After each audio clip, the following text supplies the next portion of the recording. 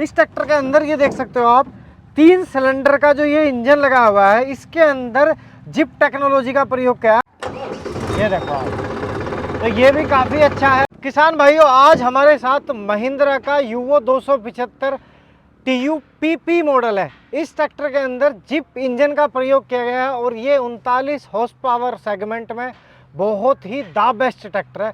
अगर भरोसे की बात करी जाए तो किसानों का सबसे ज़्यादा भरोसेमंद ट्रैक्टर है महिंद्रा ट्रैक्टर। इस ट्रैक्टर के अंदर 3 सिलेंडर का इंजन लगाया गया, जो वाकई में बेहद हमारे किसान भाइयों को पसंद आने वाला इंजन है और बहुत ही पावरफुल और कम डीजल खपत करने वाला इंजन। इस ट्रैक्टर के अंदर जो ट्रांसमिशन है वो भी बहुत शानदार ट्रांसमिशन है। किसान भाइयों, अब मैं आपको बताने वाला इसके जिप इंजन के बारे में, जिप टेक्नोलॉजी क्या है। और ये देखिए, आज मैं आपको सबसे पहले इसके इंजन के बारे में बता देता हूँ कि ये 3 सिलेंडर का वो इंजन है जो हमारे किसान भाइयों के लिए सबसे कम डीजल की खपत करने वाला, यानी कि 2790 सीसी में 180 न्यूटन मीटर की टॉर्क जनरेट करने वाला है। कमाल की बात यह है कि जो इसके अंदर कूलिंग जेट सिस्टम लगाया हुआ है, यानी कि जो पिस्टन को ठंडा करने वाला मैकेनिज्म है, वो बेहद ही एडवांस टेक्नोलॉजी का। ये ट्रैक्टर जो कंपनी ने बनाया, इसको थोड़ा सा यूवो टच दिया गया है, यानी कि यूवो ट्रैक्टर को हमारे भारतवर्ष के किसान बहुत पसंद कर रहे हैं और ये नेक्स्ट जनरेशन डिज़ाइन है।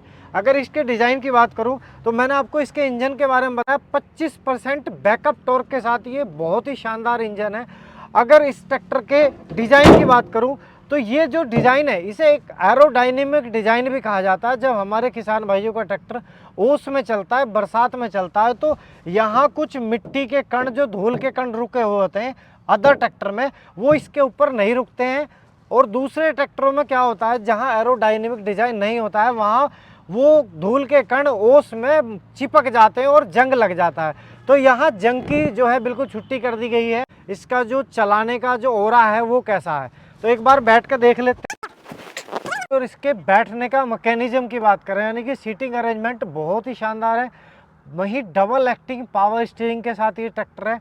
और सवाल एक और है कि मैंने इस ट्रैक्टर को चलाकर भी देखा है। इस ट्रैक्टर की क्लच और ब्रेक की बात करें तो इसके अंदर तेल वाले ब्रेक मिलते हैं, जो कि हमारे किसान भाइयों के लिए बहुत ही फ़ायदेमंद है और बहुत ही किफ़ायती है। बहुत ही कम पावर के साथ वो ब्रेकिंग सिस्टम को एक्टिव कर देते हैं। वहीं इसके क्लच की बात करें तो सिंगल क्लच है और ये देखिए आप, मैंने इसको पुश किया है, बहुत आसानी से इसको दबाया जा सकता है। इस ट्रैक्टर के गियर बॉक्स की बात करें तो कॉन्स्टेंट मैक्स गियर बॉक्स इस ट्रैक्टर के अंदर दिया गया, यानी कि 8 फॉरवर्ड और 2 रिवर्स, यानी कि आगे की तरफ जाने वाले इसके अंदर 8 गियर का प्रयोग किया गया। और इस ट्रैक्टर की जो आगे जाने वाली रफ्तार है वो 28.8, यानी कि ये 28, 29, 30 किलोमीटर तक की रफ्तार ये तय कर सकता है। हम 40 HP सेगमेंट में किसी और कंपनी का ट्रैक्टर देखते हैं तो वही रूटावेटर के लिए हमें सिर्फ 1 गियर मिलता है। इस कंपनी में हमें 2 गियर मिलते हैं, यानी कि L1 और L2 का प्रयोग कर सकते हैं। वहीं अगर हम कल्टीवेटर की बात करें तो कल्टीवेटर पे भी इस ट्रैक्टर के अंदर हमें 3 से 4 गियर मिलते हैं, यानी कि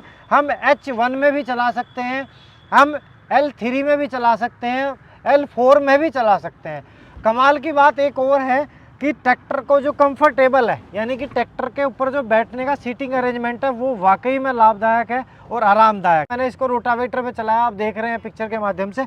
इस ट्रैक्टर की हाइड्रोलिक भी बहुत अच्छी है, क्योंकि मैंने इसको कल्टीवेटर पे भी चलाया है। कहीं ना कहीं अगर बात करें ट्रैक्टर की डायमेंशन की, इसकी जो ग्राउंड क्लियरेंस है वो भी बहुत अच्छी है। यानी कि सवाल ये है कि अगर हमारे किसान भाइयों को एक 40 HP के अच्छे ट्रैक्टर का सिलेक्शन करना है तो ये द बेस्ट ट्रैक्टर हो सकता है। एक बार किसान भाइयों इस ट्रैक्टर के पिछले हिस्से की तरफ चलते हैं और देखते हैं कि इसका जो पीछे वाला हिस्सा है, कहीं वो EP साइक्लिक है या नॉन EP साइक्लिक है, और वो कितना कंफर्टेबल और कितना मजबूत है। आइए, अगर पिछले हिस्से की बात करें तो इसके अंदर जो पीछे वाली ट्यूब है, आप देख रहे हैं, नज़दीक से दिखाने की कोशिश कर रहा हूँ, वो बहुत हैवी ट्यूब है। यानी कि इसके अंदर अगर बात करें इसके अंदर एक्सल की, तो वेटलैंड एक्सलों का प्रयोग महिंद्रा कंपनी ने किया, यानी कि आप कितनी भी हैवी पुलिंग पावर कर सकते हो।